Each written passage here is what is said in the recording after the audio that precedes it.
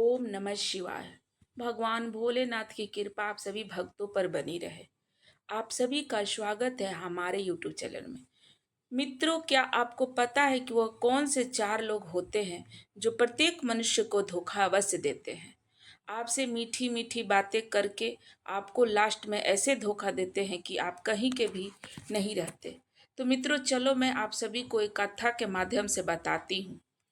मित्रों, एक बार की बात है जब भगवान विष्णु के सबसे बड़े भक्त देव ऋषि मुनि जब आकाश मार्ग में विचरण कर रहे थे, तभी उन्होंने आकाश मार्ग में खड़े होकर देखा कि एक स्त्री को कुछ लोग कुछ लोग कलंकित कर रहे हैं।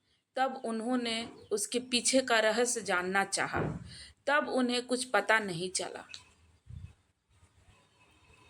चल पाया कि आखिर उस स्त्री के साथ सभी लोग ऐसा क्यों कर रहे हैं।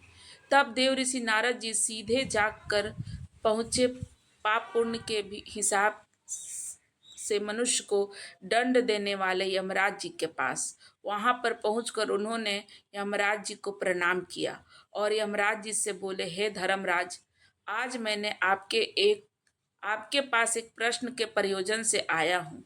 तब यमराज जी कहते हैं, हे देव ऋषि नारद जी, कहिए आपका वह प्रश्न कौन सा है। मैं आपके प्रश्न का उत्तर देने में समर्थ हुआ तो आपको उसके बारे में अवश्य बतलाऊंगा। तब देव ऋषि नारद जी कहते हैं, हे धर्मराज, आज मैं जब आकाश मार्ग में विचरण कर रहा था, तब देखा कि कुछ मनुष्य एक स्त्री को कलंकित कर रहे थे। मुझे आपसे यह बात जानना है कि किस कारण की वजह से वह मनुष्य उस स्त्री को कलंकित कर रहे हैं। यमलोक के देवता आपको तो सभी मनुष्य के पाप और पुण्य कर्मों के बारे में पता होता है, तो कृपया आप मुझे इस विधान से बाहर निकालने का प्रयास करें। मित्रों, अब यमराज जी कहते हैं, हे देव ऋषि नारद जी, उस स्त्री के साथ वास्तव में उस स्त्री के कर्मों की वजह से उसे समाज समस्त मनुष्य कलंकित कर रहे हैं। मैं आपको एक कहानी सुनाता हूँ और उसमें आपको पता चलेगा कि वह कौन से चार लोग मनुष्य होते हैं जिनसे हमेशा दूरी रहना चाहिए, दूर दूर बनाकर रहना चाहिए। वह हमेशा ही धोखा देते हैं। उसके बाद मैं आपको इस स्त्री के विषय में बतलाऊंगा। मित्रों, अब धर्मराज कहानी कहने लगते हैं। हे देव ऋषि, आज से बहुत समय पहले की बात है। किसी गांव में एक रामू नाम का किसान रहता था। उस किसान के चार पुत्र थे। चारों पुत्र रामू के साथ साथ धीरे धीरे बड़े हो रहे थे। रामू के तीन बेटे तो काफी बुद्धिमान थे, लेकिन उसका छोटा बेटा था, वह कुछ कम बुद्धि का था। लेकिन उस सेठ के सबसे छोटे बेटे की एक विशेषता थी कि वह जितना भी कम बुद्धि वाला इंसान था, उतना ही उसका शरीर बलशाली और तंदुरुस्त था। एक दिन उस किसान रामू के दिमाग में एक विचार आया कि मेरे तीनों बेटे तो काफी बुद्धिमान हैं, वह अपने जीवन किसी न किसी तरह से काट लेंगे, लेकिन मेरा छोटा पुत्र कम बुद्धिमान है और मुझे इसी की सबसे ज्यादा चिंता रहती है, क्योंकि यह अपनी जीविका कैसे चलाएगा। मुझे इसकी बड़ी चिंता हो रही है। उसने उसने कुछ समय निकाल कर फिर काफी सोच विचार किया। उस सोच विचार के बाद वह इस नतीजे पर पहुंचा, क्यों न मैं अपने सबसे छोटे पुत्र को पहलवानी सिखा दूं। और वैसे भी यहाँ इसका शरीर देखने में पहलवानों जैसा है। अब क्या था, उसे जैसे ही यह ख्याल आया, तभी से उस किसान रामू ने अपने छोटे पुत्र को पहलवानी करवाना शुरू कर दिया। अब रामू के सबसे छोटे बेटे को बहुत ही अच्छा खुराक मिलने लगा, जैसे पहलवानों की खुराक होती है। वहीं अब उसको मिलने लगी थी, जिसकी चाह से वो अब तो किसान का सबसे छोटा पुत्र बहुत जल्दी बड़ा ताकतवर बन गया। प्रतिदिन कसरत करता था, दौड़ लगाता था और पहलवानी के भी जो गुण थे उन्हें वो सीखते रहता था। हर एक दिन नए नए दांव पेच सीखता था। इस प्रकार धीरे धीरे समय निकलता गया। किसान रामू ने अपने तीनों बड़े बेटों का विवाह कर दिया। जब किसान के पुत्रों का विवाह हो गया तो तीन पुत्रों की जो स्त्रियां थी वह अब किसान के सबसे छोटे बेटे से जलने लगी। वह सभी मन ही मन सोचने लगी कि यह छोटा वाला हमारा देवर कुछ काम धंधा तो करता नहीं है, बस पूरे दिन पहलवानी करता है और अच्छी अच्छी चीजें खाता है। हम और हमारे पति काम धंधे में लगे रहते हैं और यह बैठे बैठे मौज उड़ाता है। अब यही सोचकर उस किसान के तीनों बहुओं ने अलग होने के लिए विवाद खड़ा कर दिया। जब वह अलग होने की जिद करने लगी तब किसान रामू ने मन में सोचा कि अब मुझे अपने छोटे पुत्र का विवाह भी कर देना चाहिए। यही सोचकर उस किसान ने एक बहुत ही सुंदर और विद्वान कन्या की तलाश की और उस कन्या के साथ अपने छोटे पुत्र का भी विवाह संपन्न कर दिया। मित्रों, अब यमराज जी कहते हैं, हे देव ऋषि नारद नारद जी, उस पहलवान की पत्नी इतनी सुंदर थी, पूरे क्षेत्र में उसके समान और कोई भी सुंदर नहीं था और सुंदर होने के साथ साथ बड़ी ही विद्वान थी।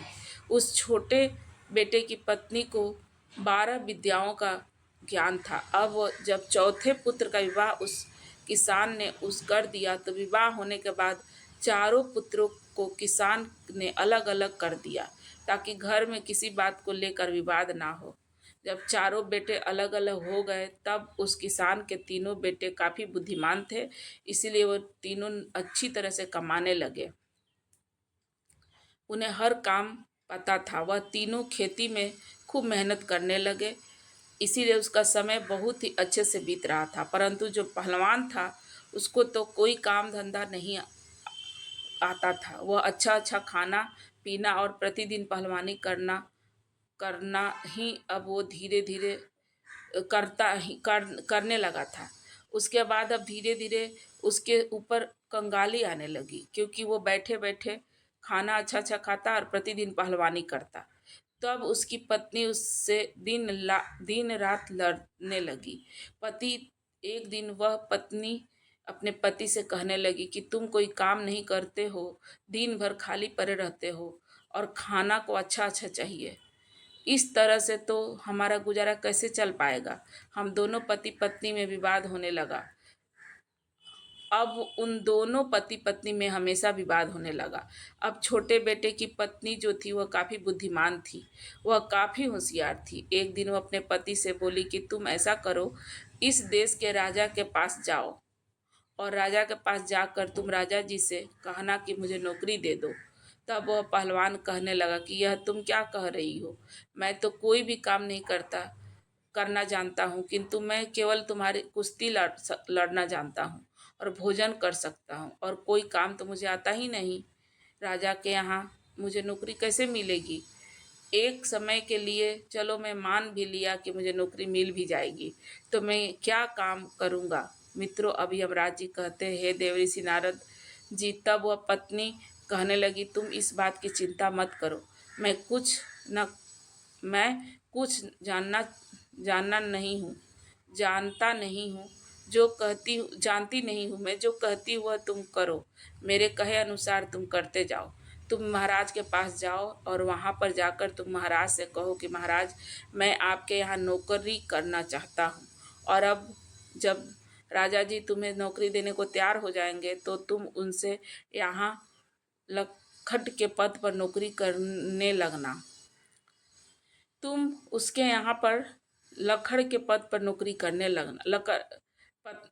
लगना। पत्नी की बात सुनकर पहलवान कहने लगा कि यह घटिया स्त्री उसे समझाने लगी कि देखो, राजा के यहाँ 1 लाख टोका रोज पाने वाला एक नौकरी होता है, जो हर रोज 1 लाख टका रोज वेतन पाता है। उसका काम यह होता है कि जो काम राजा से ना हो सके, उसकी सेना ना हो सके, उसके किसी मंत्री से ना हो सके, तो उस काम को लखटोना जाओ का और वहां से महाराज से कहना कि मुझे लख कटिया लख टकिया। अब यमराज देवऋषि से कहने लगते, हे देवऋषि नारद जी। अब वह पहलवान अपनी पत्नी की बात सुनकर उदास मन से राजा के दरबार में चला गया। अब वह राजा के दरबार में पहुंचता है तो महाराज से कहता है, हे एक महाराज ने देखा कि एक पहलवान बलवान पहलवान जैसा शरीर वाला एक आदमी उसके दरबार में आया है। तब वह राजा समझ गया कि शायद यह व्यक्ति नौकरी की तलाश में आया है। अब महाराज ने उससे पूछा कि आप किस लिए आए हैं। तब कहने लगा वो कि आज महाराज आज मुझे नौकरी चाहिए। तब राजा ने कहा अच्छा ठीक है, आप हमें बताइए कि आप क्या कर सकते हैं। तब वह पहलवान कहता है हे महाराज, जो आप काम आपसे नहीं होगा, जो काम आपकी सेना से नहीं होगा, जो काम आपके किसी मंत्री से नहीं होगा, वह काम मैं करूँगा। पत्नी परंतु उसके बदले में मुझे आपसे 1 लाख टका रोज का वेतन लूँगा। वह राजा कहने लगा तो अच्छा, मतलब तुम लखटोला लखटोला कहने लगा। जी हाँ महाराज जी। अब उस राजा ने अपने मंत्रियों से कुछ देर विचार विमर्श किया और अपने मंत्रियों से कहा कि देखो तो जरा, क्या हमसे पहले कभी किसी राजा ने किसी को भी लखटोला के मंत्री ने जब पहले दस्तावेज में देखा तो उन्हें पता चला कि उस राजा के पिता ने भी एक लखटोला की नौकरी पर रखा हुआ था। उस राजा ने अपने मंत्री की बात सुनी तो अपने मंत्री की बात को सुनकर राजा ने कहा कि तो ठीक है, हम भी यहाँ पर एक लखटोला रख लेंगे। और उस पहलवान को लखटोला को बहुत खुशी हुई। अब वह मुझे मुझे खबर भिजवा बहुत खुशी हुई। अब वह मुझे खबर भिजवा कर बुलवा लेना। तब उस राजा ने कहा उस पहलवान को, आपने राजमहल के एक शाही बाग में रहने की अनुमति दे दी। उस शाही बाग में एक बहुत ही सुंदर अपने शाही बाग में रहने की अनुमति दे दी। उस शाही बाग में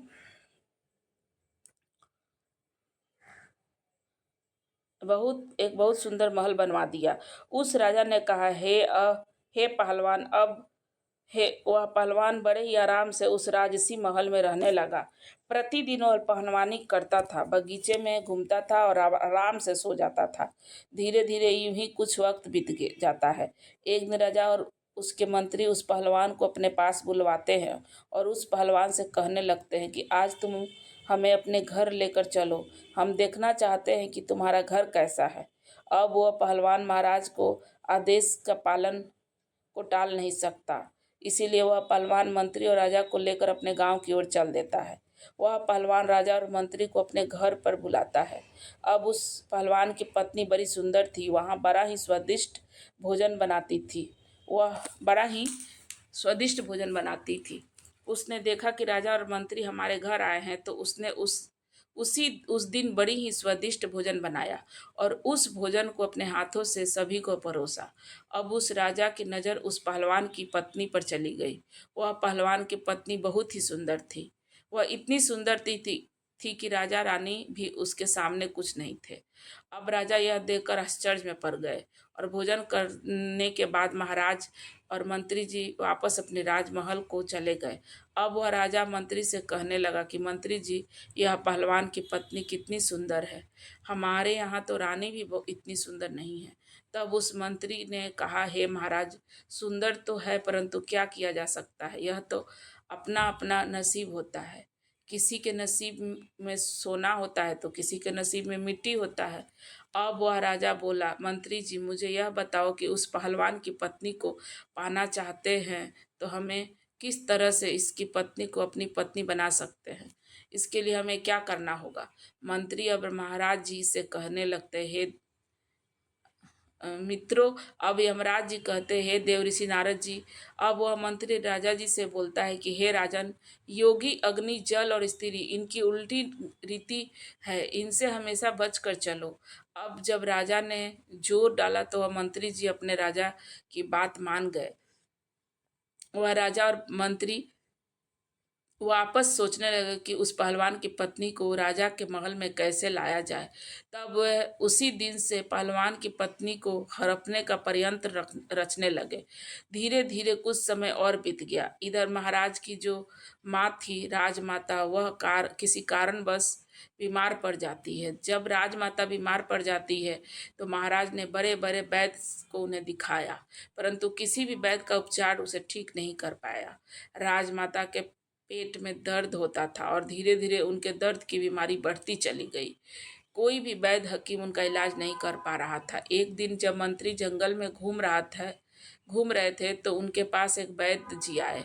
तब उस मंत्री के मन में विचार आया विचार तब उस मंत्री के मन में विचार किया कि मुझे कुछ प्रयंत्र रचना चाहिए। वैद्य को देखकर मंत्री जी कहने लगे, हे वैद्य जी, हमारे राजमहल की राजमाता बीमार है, क्या आप उनका इलाज कर सकते हैं? तब उस वैद्य ने कहा, हाँ, हम अवश्य उसका इलाज कर देंगे। मंत्री मंत्री ने कहा, देखो जी, आपका इलाज मेरे अनुसार करना होगा।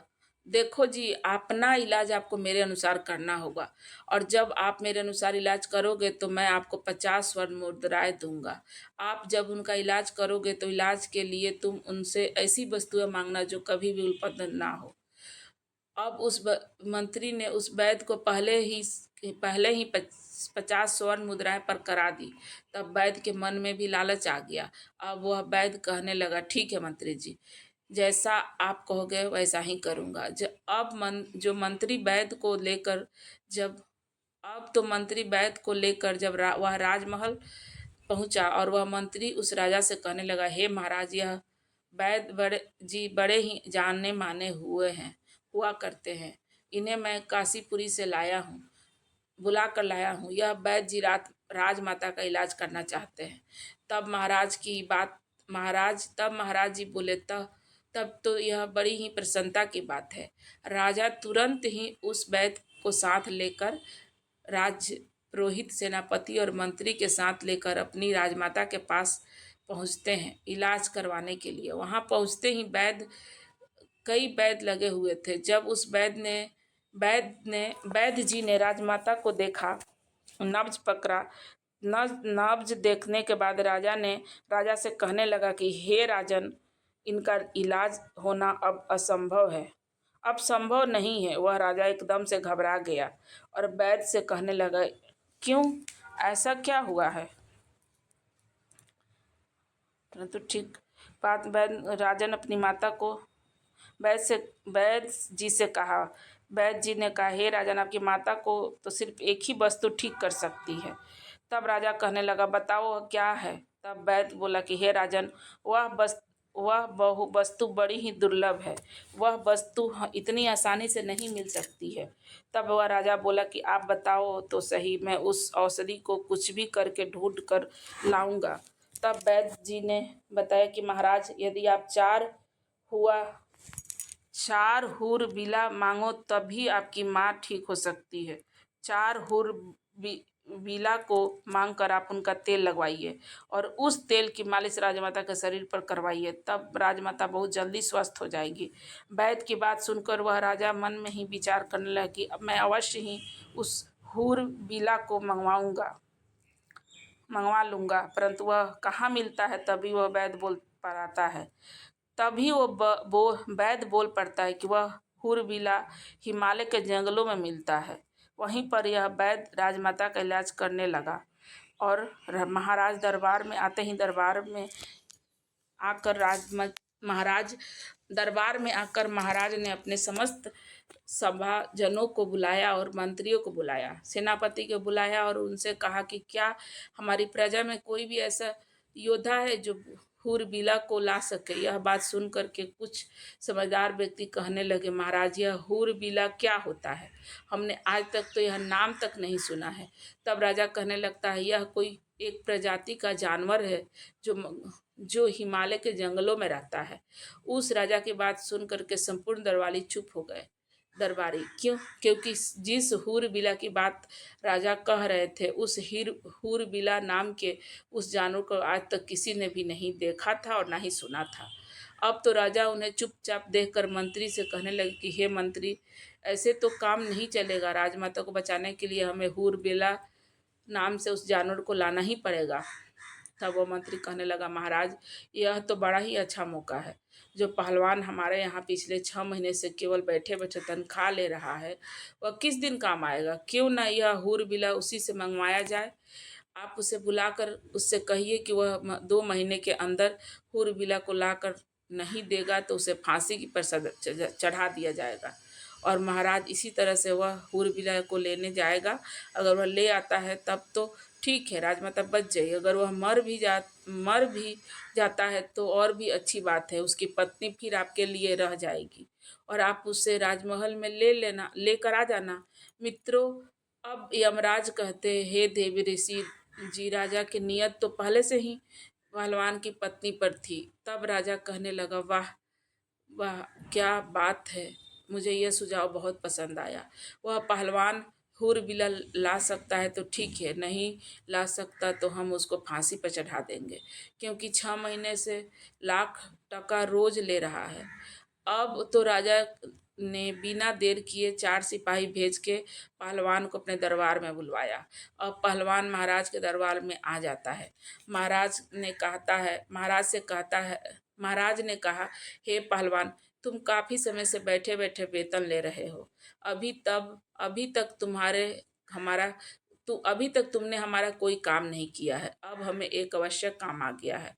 तब वह पहलवान बोलता है, महाराज आप आज्ञा दीजिए, मैं अवश्य इस काम को करूँगा। तब वह राजा कहता है कि मुझे 4 हूरबिला की ज़रूरत है। मुझे उसका तेल निकलवाना है और तेल लगाकर राजमाता के शरीर पर मालिश करवानी है।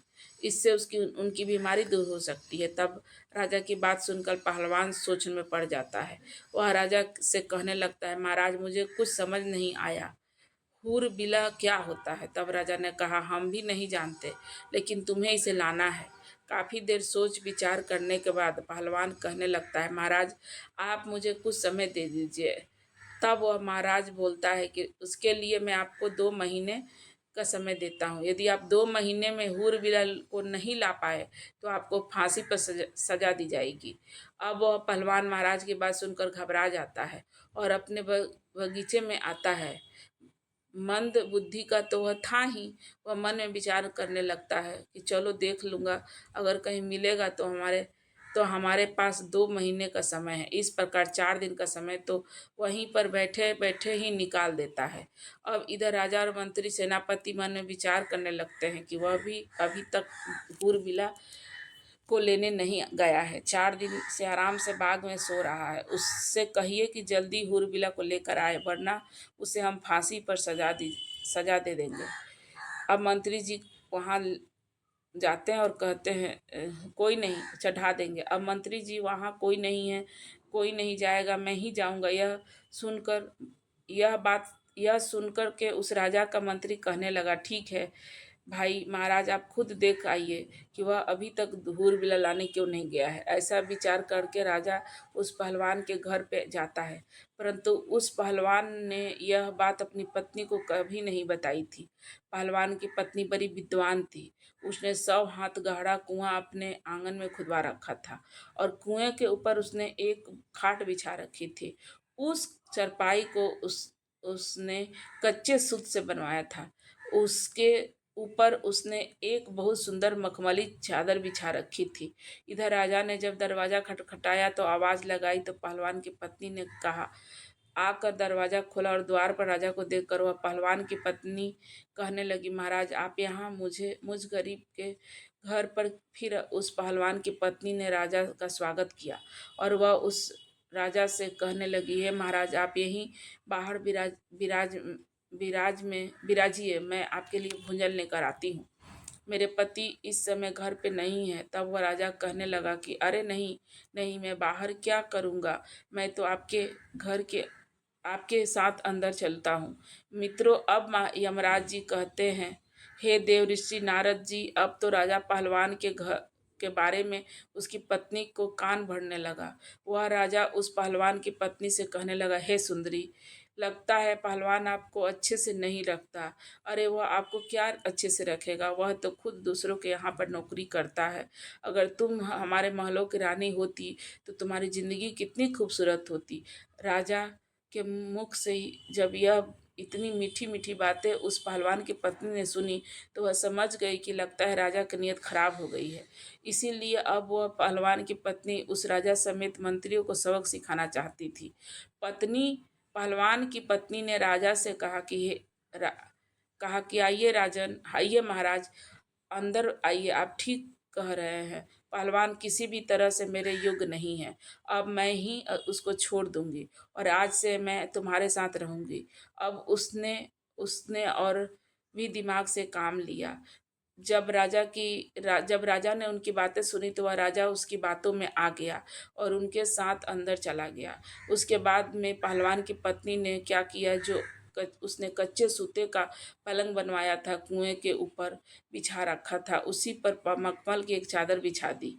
अब उस पहलवान की पत्नी ने राजा से कहा कि आप इस चारपाई पे बैठिए, आपकी सेवा करती हूँ। जैसे ही राजा उस चारपाई चारपाई पर बैठता है तो कच्चे धागे से बना हुआ पलंग टूटकर उसी कुएं कुएं में गिर जाता है। राजा उस कुएं में जब गिरता है तब वह राजा सोचने लगता है कि यह क्या हुआ, अब तो मैं फंस गया। इधर महाराज नीचे गिर जाते हैं और उधर पहलवान बड़े आराम से समय समय पास पास कर रहा था। सुबह हुई तो पहलवान की पत्नी ने अपने जेठ के पुत्रों को बुलवाया और उनसे कहा कि हमको हमको 2 स्वर्ण मुद्राएं दूंगी। हाँ, आपको 2 स्वर्ण मुद्राएं दूंगी। इसमें एक व्यक्ति है, उसे बाहर निकालो। उसके पुत्र ने उस राजा को बाहर निकाला और आदेश दिया कि इसको बांध कर इसके ऊपर 50 कोरे लगाओ। अब उस पहलवान की पत्नी के आदेश पर राजा के 50 कोरे लगाए गए और कहा गया कि इसको वापस इसी कुएं में डाल दो। उसके जेठ के पुत्र ने फिर वैसे ही किया। उसके बाद कुएं में डाल दिया। पहलवान की पत्नी ने कहा कि एक मटके में पानी और 2 रोटी इस कुएं में नीचे रख दो। रस्सी की सहायता से रोटी और पानी उनके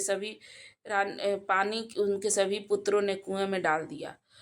अब तो रोजाना राजा के साथ ऐसा ही व्यवहार किया जा रहा था। उधर राजा भी मन में विचार करने लगा कि अब तो मैं बहुत बुरा तरह से फंस गया हूँ। अब तो उसके भतीजे रोज उसके कुएं से निकालते और 50 कोड़े मारकर फिर से कुएं में डाल देते। राजा को अब ऐसी ही पीटते हुए 3 से 4 दिन हो गया था। राजा अब अपने दरबार में नहीं पहुंचा। तब सभी मंत्री विचार में लग गए कि महाराज को क्या हुआ। महाराज काफी समय से पहलवान की पत्नी के पास गए थे, न जाने कहाँ पे जाकर रुक गए हैं, पता ही नहीं चल रहा है। और चलो देखना चाहिए कि आखिर राजा गए तो कहाँ गए। मंत्री ऐसे विचार करके मंत्री भी चल देता है और वह जब काफी अंधेरा हो जाता है तो मंत्री उस पहलवान की पत्नी के महल के द्वार पर पहुंच जाता है। अब मंत्री उस पहलवान की पत्नी के महल के द्वार पर पहुंच जाता है। अब उस मंत्री ने आवाज लगाई तो पहलवान की पत्नी बाहर आई। बाहर आकर देखा तो राजा के मंत्री उसके घर के सामने खड़े थे। तब वो मंत्री जी उस पहलवान की पत्नी से कहने लगा कि देखो, मैं राजा का मंत्री हूँ और मैं आपसे मिलने आया हूँ। तब वह पहलवान की पत्नी बोलती है, आप यहाँ क्यों आए हैं? पहलवान की पत्नी ने उस मंत्री की नीयत भी खराब थी। पहलवान की पत्नी के ऊपर उस मंत्री की नीयत भी खराब थी। तो वह मंत्री कहने लगता है, मैं इसलिए यहाँ आया हूँ कि देखो, पहलवान तो अब मर ही जाएगा। वह जीवित नहीं रहेगा क्योंकि वह हिमालय के जंगलों में गया है और तुम कहाँ अकेली रहोगी। इसीलिए तुम मेरे साथ चलो, मैं आपको महाराजा के महलों में लेकर चलूंगा। पहलवान की पत्नी ने जब मंत्री की बात सुनी तो वो उसके दिमाग को भी समझ गई। उसने फिर से दिमाग से काम लिया और कहने लगी, आप मेरे साथ आइए। इस प्रकार पहलवान की पत्नी मंत्री को बुलाकर अंदर ले गई और उसी पर जिस खाट पर जिसका सूता बैठा दी, जिसका सूता कच्चा धागा का बना हुआ था, उस खाट पर मंत्री को बैठा दिया। मंत्री जैसे ही खाट पर बैठा वह कुएं में गिर गया, कुएं के अंदर गिर पड़ा और राजा के ऊपर जाकर गिरा। तब वहां पर राजा ने उस मंत्री को देखा तो मंत्री को देखकर वह राजा कहने लगा कि मंत्री जी, तुम यहाँ कैसे? तब मंत्री ने कहा, महाराज, पर आप यहाँ कैसे? तब राजा ने जवाब दिया, मैं पहलवान की पत्नी की खातिर खुशामद करने आया था, तब से मैं यहीं पे हूँ। अच्छा हुआ इधर जब सुबह हुई तो पहलवान की पत्नी ने अपने जेठ के पुत्र को बुलाया। खुशामद में हूँ, अब तुम भी आ गए हो तो और भी अच्छा हुआ। इधर जब सुबह हुई तो पहलवान की पत्नी ने अपने जेठ के जो पुत्र थे उन्हें बुलवाया। उनका रोजाना का नियम बन गया था। वह उस जगह पर आए और राजा और मंत्री की खतरदारी कर रहे थे। अब तो उन्होंने उसे कुएं से एक रस्सी डाली और उसको उन्होंने बोला, एक नंबर। तो राजा कहने लगा, मेरा नंबर आया है, पहले मैं ऊपर आऊंगा। इस प्रकार वह राजा रस्सी पकड़कर ऊपर आता है और उसे बांध खंबे में बांध देते हैं। फिर दूसरा रस्सी डालते हैं, उसके बाद दूसरा नंबर आता है और इस तरह से दोनों खंबे में बांध बांध कर 50-50 कोरे लगाते हैं। फिर से उसी कुएं में डाल दिया जाता है। अब पहलवान की पत्नी ने कहा कि इनको एक मटका पानी और 4 रोटी नीचे पहुंचा दो। रस्सी की सहायता से अब उसको रोटी और पानी कुएं में नीचे पहुंचा दिया गया। अब तो राजा और मंत्री के ऊपर प्रतिदिन 50-50 कोड़े बरसने लगते हैं और रोजाना कोड़ों की मार खाने पड़ते हैं और रोज उसी तरह से 4 रोटियां दे दिया जाता है। इस तरह से समय निकलते जाता है। इधर राजा के सेनापति ने विचार किया कि राजा को ढूंढने के लिए मंत्री गया था, वह भी अभी तक लौट कर नहीं आया।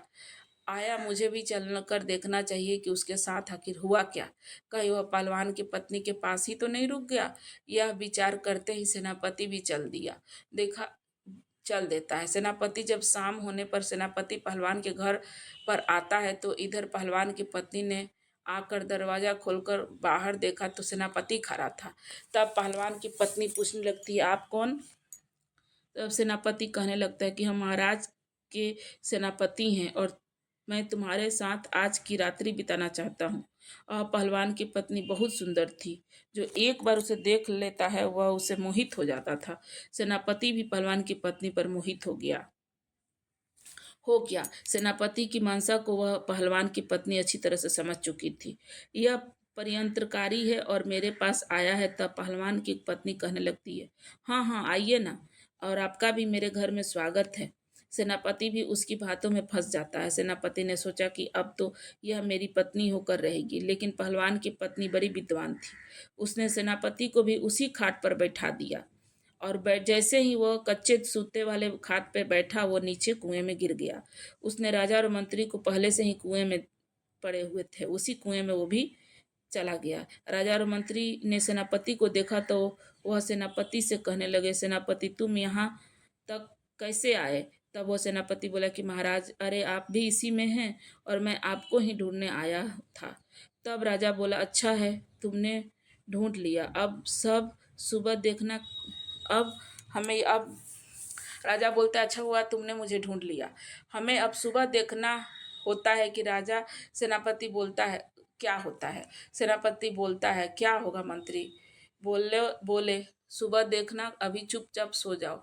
जब सुबह हुई तो पहलवान की पत्नी ने अपने जेठ के पुत्रों को बुलाया। वह सब लोग आए और उन्होंने आकर वो सब लोग आया और रस्सी डालकर एक एक करके राजा को पकड़कर ऊपर लाया। रोज की तरह खंभे में बांध दिया गया। फिर दूसरा रस्सी डाला गया, मंत्री आया। इसी तरह से तीसरा रस्सी भी डाला, अब सेनापति के ऊपर निकाला गया। इस तरह से कैदी नंबर 1 को आदेश दिया गया। इसी तरह से सबको 50-50 कोरे लगवाया गया। इस तरह से सबको 50 कोरे देने के बाद कैदी नंबर 3 को 400 कोड़े मारे गए। पहलवान की पत्नी की बात सुनकर उन सभी पुत्रों ने कोड़े मारने शुरू कर दिए। कोड़े की मार पड़ने से उनकी चमड़ी निकल गई। आइए कोड़े मारने के बाद रस्सियों के सहारे उन्हें उसी कुएं में फिर से लटका दिया गया। उसके बाद उन्हें पीने के लिए एक मटका पानी और 6 रोटी उसमें डाल दी गई। धीरे धीरे समय निकलता गया। राजा, मंत्री और सेनापति की प्रतिदिन मार पड़ती थी। उसी तरह से पीठ लाल हो जाता था और उसी तरह से रोटियां दे दी जाती थी। कोड़े खाने के बाद वो लोग उसी तरह से फिर उसी में कुएं में लटका दिए जाते। अब तो वह परेशान होने लगा कि आखिर वह पहलवान की पत्नी को लेने आएगा ही नहीं निकल दिया। प्रतिदिन सेनापति को प्रतिदिन मार पड़ती थी, उनकी पीठ पर रोज कोड़े बरसते थे। अब तो वह बड़े परेशान होने लगा। कहाँ वह पहलवान की पत्नी को लेने आया था और कहाँ उल्टा उनकी ही जान। तीनों सोचने लगे, जान की लाले पड़ गए हैं। अब एक दिन को राजा राज के कोतवाल थे, उन्होंने मन में विचार किया कि चलिए हम भी चल कर देखता हूँ कि महाराज और मंत्री और सेनापति जी अभी तक क्यों नहीं आए। जो कि पहलवान की पत्नी के पास जाते थे, वह लौट कर क्यों नहीं आते हैं। जो कि पहलवान की पत्नी के पास जाते हैं, वो लौट कर क्यों नहीं आते। न जाने क्या कर रहे हैं वे लोग। मैं चल कर देखता हूँ। यह विचार करके कोतवाल भी चल देता है। कोतवाल के मन में विचार किया कि मैं जल कर देखता हूँ कि महाराज, सेनापति और मंत्री तीनों पहलवान की पत्नी के पास रुक कर क्या कर रहे हैं। ऐसा क्या है वहाँ। ऐसा विचार करके कोतवाल अंधेरे में पहलवान के घर जाता है और उसने दरवाजा खटखटाता है और उधर से आवाज़ लगाता है। पहलवान की पत्नी समझ गई, लगता है कोई राजा के यहाँ से कोई और आया है। उसने दरवाजा खोला तो देखा द्वार पर कोतवाल खड़ा है। यह देखकर पहलवान की पत्नी कहने लगी, तुम कौन हो। तब उस कोतवाल ने उसे बताया कि हम कोतवाल हैं, हम राजा के यहाँ से आए हुए हैं। कोतवाल ने जब पहलवान की पत्नी को देखा तो वह भी उसकी सुंदरता पर लट्टू हो गया और वह भी उसी के घर पर रात भर के लिए रुकना चाहता था। पहलवान की पत्नी वह बोली कि आपका भी स्वागत है। उसी रात कोतवाल को भी ले जाकर उसी कच्चे सूत के पलंग पर बैठा दिया और जैसे ही कोतवाल चारपाई पर बैठा, वह भी एकदम से धम से नीचे कुएं में गिर जाता है। राजा, मंत्री, सेनापति पहले से ही उसी कुएं में थे। अब राजा ने देखा कि कोतवाल भी कुएं में गिर गया तो यह देखकर राजा कहने लगा, कोतवाल जी, आप भी यहाँ पर आ गए। कोतवाल ने पूछा, राजा साहब आप यहाँ क्या कर रहे हैं। राजा ने कहा, सुबह देखना क्या होता है। कोतवाल कहने लगा, महाराज क्या होगा। राजा ने कहा, सुबह देखना। अब आप आराम से रात्रि में विश्राम करो। इधर सुबह हुआ तो उस पहलवान की पत्नी अपने जेठ के पुत्रों को बुलाया और 4 रस्सी उस कुएं में डलवाई। एक एक करके राजा को, सेनापति और मंत्री को बाहर निकलवाया। फिर सभी को 50-50 कोड़े मरवाए। उसके बाद चारों को फिर नीचे उतार दिया। उसके बाद 1 मटकी के पानी और फिर 8 रोटियां डालने को कह दी। पहलवान की पत्नी का नियम बन गया था। अब जेठ के पुत्रों को बुलाती, उन्हें बाहर निकलवाती और उन्हें 50-50 कोड़े लगवाती और उसी कुएं में फिर से डलवा देती। अब अब तो चारों उस कुएं में पड़े और बीमार रहने लगे। अब राजा भी अपनी माँ मन में विचार करने लगा कि यहाँ से कैसे छुटकारा पाया जाए। अब मन ही मन में दुखी हो रहे थे। इधर पहलवान मन में विचार करने लग गया, मैं हूल बिला को कहाँ से लाऊंगा। अगर नहीं लेकर गया तो राजा निश्चित ही मुझे फांसी पर चढ़ा देगा। तब वह सोचने लगा, चलो मैं अपनी पत्नी के पास चलता हूँ। यदि वह कोई उपाय बता दे तो हम इस मुसीबत से बच निकलेंगे। और वह निराश हृदय से पहलवान अपनी पत्नी के पास पहुंचता है। जब पहलवान अपनी पत्नी के पास पहुंचता है और पत्नी अपने पति का उदास चेहरा देखती है तो वह पूछने लगती है, ऐसा क्या कारण है जो आपका चेहरा उदास है। तब वह पहलवान कहने लगता है, मुझे फांसी की सजा देने वाले हैं राजा। उसकी पत्नी ने पूछा, राजा जी आपको फांसी पर क्यों चढ़ाएंगे। पहलवान ने कहा कि उसने मुझसे ऐसा बात काम कहा है जो मुझसे होगा ही नहीं। पहलवान की पत्नी बोलती है, बताओ तो सही, राजा ने तुम्हें क्या काम दिया है जिसको लेकर आप इतनी चिंतित हो। भगवान पहलवान ने सारी बात अपनी पत्नी को बता दी और कहा कि महाराज ने मुझे हूर बिला मंगवाया है। अब वो हूर बिला हिमालय के जंगलों में मिलता है। राजा उनका तेल निकालकर उनको अपनी बीमार माता के ऊपर मालिश करवाएंगे। तब उस पहलवान की पत्नी कहने लगती है, बस यह छोटी सी बात है और मैं तो घबरा गई थी, पता नहीं कौन सी बात होगी। अरे हूर बिला तो हमारे जंगल में काफ़ी है। मैं उस अपने बालों से कहकर मैं अपने बालकों से कहकर पकड़वा कर आपको दे देती हूँ। तब वह 4-5 दिन के लिए अपने ससुराल चले जाओ। अपने भाइयों से कहकर पकड़वा कर आपको दे दूंगी। तब आप 4-5 दिनों के लिए अपने ससुराल चले जाओ। उन्होंने आपको बुलाया है, पहलवान की पत्नी ने कहा। तब वह पहलवान अपने ससुराल चला जाता है। मंद बुद्धि का तो वो पहले से ही था। मन में विचार करने लगता है, इसका मतलब मेरी मुसीबत मेरी पत्नी दूर कर देगी। अच्छा नहीं अच्छा हुआ नहीं तो राजा मुझे फांसी पर चढ़ा देता। मेरी पत्नी समझदार है, इसीलिए अब मैं राजा के हाथों से बच जाऊंगा। इधर पहलवान की पत्नी ने अपने जेठ के बच्चों को बुलवाया और उन्हें आदेश दिया। उनसे कहा कि तुम एक एक करके तुम सभी को कुछ पलों पंखों की व्यवस्था करो। चिड़िया के, कबूतर के, मोर थे, समस्त पक्षियों के पंख ज़्यादा से ज़्यादा लेकर आओ और एक कमरे में उन पंखों को भर दो। उसके उन जेठ के पुत्रों ने, वो छोटे छोटे बालक थे, उन्होंने 2 दिन में ही एक कमरा पूरा पंखों से भर दिया। जब तीसरा दिन हुआ तो पहलवान की पत्नी ने अपने जेठ के पुत्रों को अपने पास बुलाया और उनसे कहा कि आप 2 क्विंटल तरकोल का व्यवस्था करो। इस प्रकार से तरकोल की व्यवस्था की गई। उसके बाद उसे गर्म कर दिया गया और गर्म करके जब वह पतला हो गया तो उसे ठंडा करने के लिए रख दिया गया। जब तरकोल ठंडा हो गया तब उसने एक बड़ी सी कढ़ाई में भर कर रख दिया और फिर उसके बाद उस कुएं में एक नंबर रसा डाला डाला गया। तो राजा सोचने लगा कि अरे, आज तो मुझे दोपहर में ही बुलाया जा रहा है। राजा, और रोजाना रोजाना तो सुबह में पिटाई होती थी अब तो दोपहर का समय है, क्या आज फिर मार पड़ने वाली है? तो राजा इतना सोचकर चुपचाप से ऊपर चढ़ जाता है। पहलवान की पत्नी बड़ा डंडा लेकर के बैठी थी। उसने राजा से कहा, देखो यह खटा कढ़ाई रखी है, इसमें इसमें स्नान करो। यदि ज्यादा आनाकानी करोगे तो इस डंडे से मार पड़ेगी। तब वो चुपचाप डर के मारे उस तरकोल से भरी कढ़ाई में घुस जाता है। अब वह बाहर निकलता संपूर्ण शरीर पर तरकोल लिपट जाता है। अब वह पहलवान की पत्नी बोली, अब जाइए और कमरे में जाकर आराम से लेट जाइए। पहलवान की पत्नी ने राजा को उस कमरे में भेज देती है जिसमें हजारों पक्षियों के पंख परे हुए थे। राजा जैसे ही उस कमरे में लेटा, पंछियों के सारे पंख उसके शरीर में चिपक गया। अब उसके बाद उस राजा को एक लोहे के खूंटी से बांध दिया गया। इस तरह से नंबर 2 का रस्सी डाला गया। मंत्री को बुलाया गया। मंत्री सोचने लगा, अब मुझे बुलाया जा रहा है, आज राजा साहब अभी तक नीचे नहीं आए, हो सकता है उन्हें छोड़ दिया गया हो, तो लगता है आज हमको सबको रिहाई मिल जाएगी। तब वह मंत्री बड़ी जल्दी जल्दी ऊपर चढ़कर आ जाता है।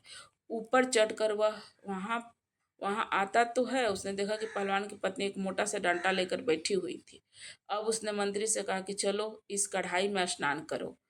मंत्री गिड़गिड़ाने लगा, परंतु पहलवान की पत्नी ने उससे बलपूर्वक उस कढ़ाई में गिरा दिया। जैसे ही कढ़ाई में मंत्री गिरे तो वह भी तारकोल से पूरे नहा लिए। अब उसका संपूर्ण शरीर काला हो गया, उनके पूरे शरीर पर तारकोल चिपक गया। फिर उसके बाद मंत्री को भी उसी कमरे में भेज दिया गया जिसमें पंख पड़े हुए थे और उसके लेटने को कहा गया। जाकर उस कमरे में सो जाओ। मंत्री उस कमरे में जाकर लेटता है तो उसके शरीर पर पूरे पंख पक्षियों के लग जाते हैं, चिपक जाते हैं। मुंह पर, कान पर कहीं भी कुछ नहीं दिखाई देता है। उसके बाद उन्होंने भी एक दूसरे खूंटे से बांध दिया जाता है। इसी तरह से चारों को निकाल दिया जाता है, तारकोल में स्नान कराया जाता है, उसके बाद कमरे में भेज दिया जाता है। फिर चारों को शरीर पर पक्षियों के पंख चिपक जाते हैं। फिर चारों को अलग अलग लोहे के खूंटे से बांध दिया जाता है। इस घटना को 4 दिन बीत जाते हैं। इधर बीत जाता है। तब तब वह पहलवान अपने ससुराल से लौट कर आता है और अपनी पत्नी से कहता है कि अब बताओ कि वह हूरबिला कहाँ है। मुझे महाराज से डर लग रहा है। 2 महीने का समय पूरा होने वाला है, नहीं तो राजा मुझे पूरे परिवार सहित फांसी दे देगा। तब उसकी पत्नी बोलती है, आप इतना क्यों घबरा रहे हो? देखो, मैंने पहले ही काफी व्यवस्था कर दी है। 4 हूरबिला अंदर पड़े हुए हैं। अब पहलवान ने देखा कि बड़े ही विचित्र जानवर उसके घर के अंदर बंधे हुए हैं। वह देखने में इंसान जैसे लग रहे हैं।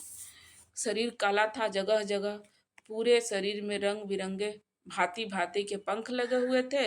यह देखकर वह पहलवान बड़ा प्रसन्न हो जाता है। पहलवान की पत्नी बोलती है, आप इन्हें ले जाइए और एक डंडा लेकर जाना। यदि इनमें से कोई भी रास्ते में उत्पात करता है तो इसकी पिटाई करना। उसी डांटे से मार मार कर उसको ठीक करना और अब चुपचाप चले जाओ। पहलवान प्रसन्न मुद्रा में चारों को पकड़कर उन्हें लेकर चला जाता है। अपने हाथ में एक बड़ा सा डंडा लेकर उनके पीछे पीछे चलता है। इधर मंत्री और राजा विचार करने लगते हैं कि यदि हम कहीं और भागने की कोशिश करेंगे तो यह पहलवान है, यह तो हमें उठाकर उठाकर पटक देगा। यही नहीं, यह तो हमें मार भी सकता है, इसीलिए चुपचाप इसके साथ चलने में ही भलाई है। जब वह पैदल उन्हें लेकर जा रहा था तो अपने बगीचे से वह गुजरा तो शाम हो चुकी थी। तब वह शाम का वक्त था। वह पहलवान मन में विचार करने लगा कि इन्हें सुबह महाराज के दरबार में पेश करूंगा। अब मैं आराम से सो जाता हूँ। अब वह पहलवान उन चारों को एक कोठरी के अंदर बंद कर देता है। अब राजा, मंत्री, कोतवाली और सेनापति विचार करने लगते हैं।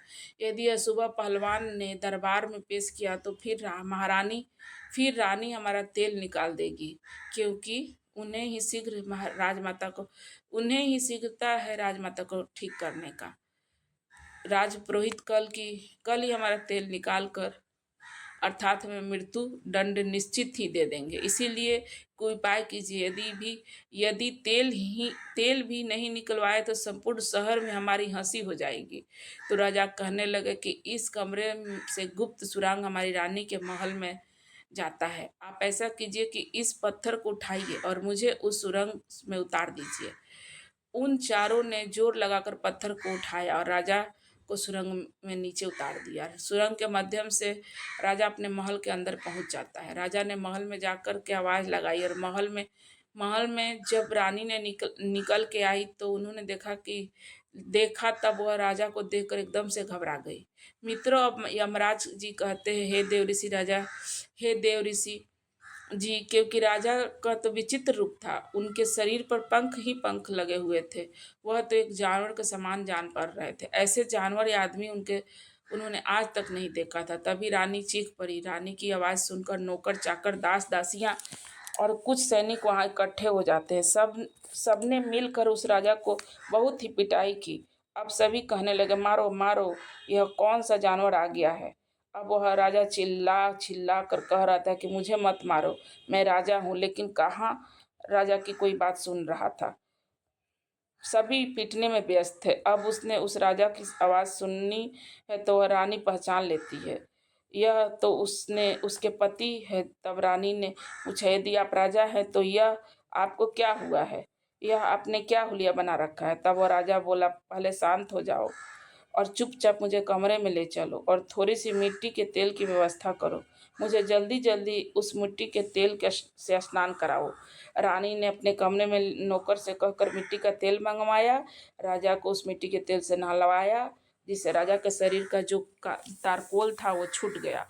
अब फिर राजा स्नान करके राजा का पूरा शरीर लाल हो चुका था। तारकोल का तेल छूट गया। अब फिर राजा को स्नान करवाया गया तो राजा का पूरा शरीर लाल हो चुका था। उसके ऊपर पूरे पंख जो चिपके थे, निशान बने हुए थे। तब तो राजा रात्रि को आराम से अपने महल में सो जाता है, पर जाता है। उसके बाद पूरे शरीर पर कोड़े की चोट के निशान बने हुए थे। तब राजा उस रात्रि में आराम से राजा अपने महल में सो जाता है और सुबह कपड़े पहनकर अपने दरबार में जाकर बैठ जाता है। इधर जब सवेरा होता है तब उधर वह पहलवान जागता है और उसने जाग करके वह कमरा खोलता है तो उसने देखा कि उसमें से एक गायब था। 3 ही हूरबिला बचे थे। तब वह डंडा लेकर उन तीनों को मारने लगता है। उनसे पूछने लगता है, बताओ एक कहाँ है। तब तीनों कहने लगते हैं,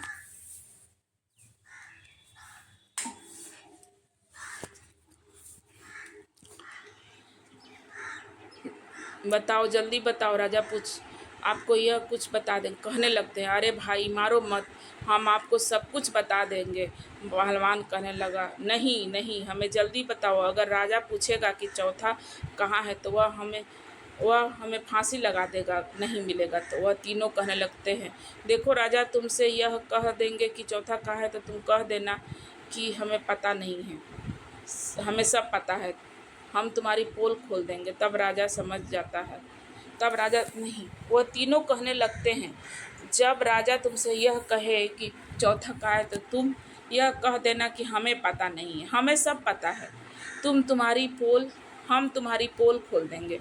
तब राजा समझ जाएगा कि और वह उनसे कुछ नहीं कहेगा। मित्रों, अब यमराज जी कहते हैं, हे देव ऋषि नारद जी, यह सुनकर पहलवान अति प्रसन्न हो जाता है और उन्होंने राजा उनको लेकर राज दरबार में उपस्थित हो जाता है।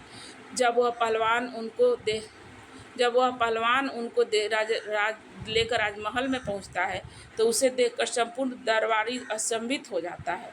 अब पूरा दरबार हंसने लगता है। वो यह सोचने लगता है कि यह तो बड़े विचित्र जानवर है, ऐसे जानवर तो हमने पहले कभी नहीं देखा। अब उस पहलवान ने राजा को उन 3 हूरबिला को सौंप देता है। तब तीनों को देखकर राजा कहने लगा, अरे पहलवान, मैंने तुझे 4 हूरबिला मांगे थे, ये तो 3 ही है, कहाँ है एक? तुझे अभी फांसी पर चढ़ा दूंगा।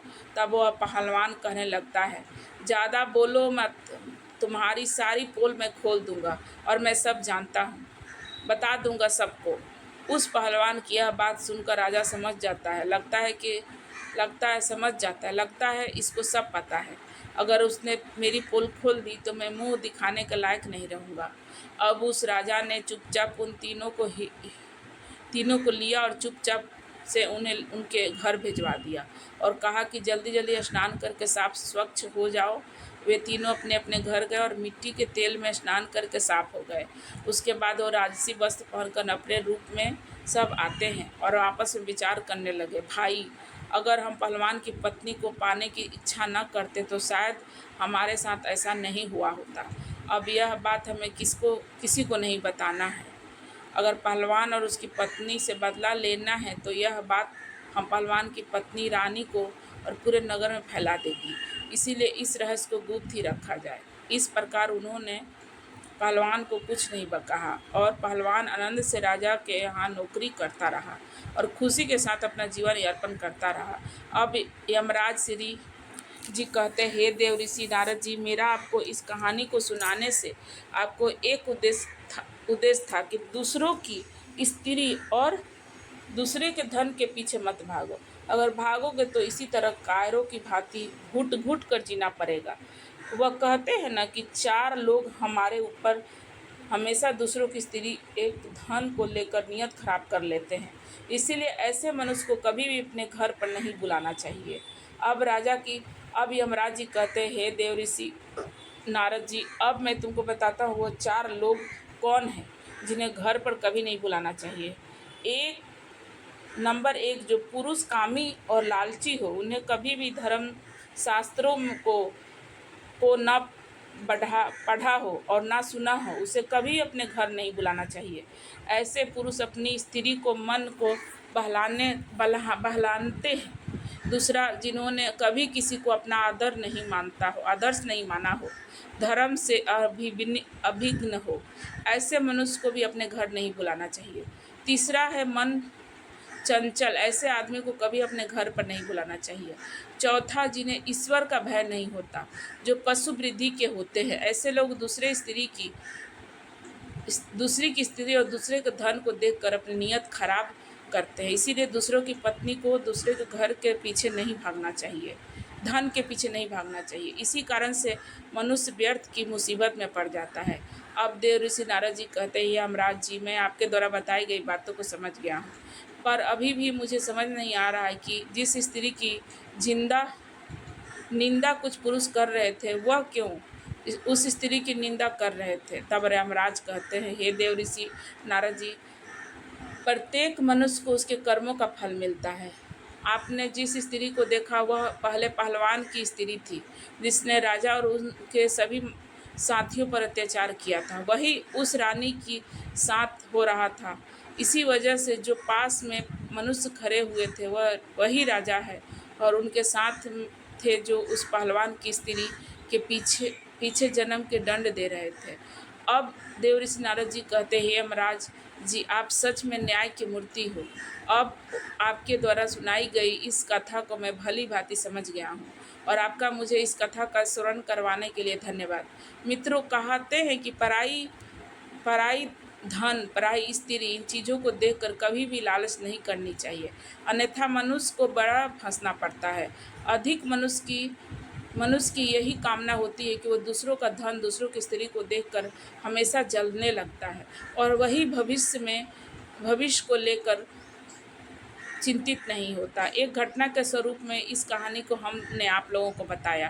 पराई स्त्री को देखना, पराये पुरुष के तरफ भी स्त्री को देखना और पराये धन के तरफ करना, आकर्षित होना, ये सब नाश का कारण बनता है और विनाश होता ही होता है। इसी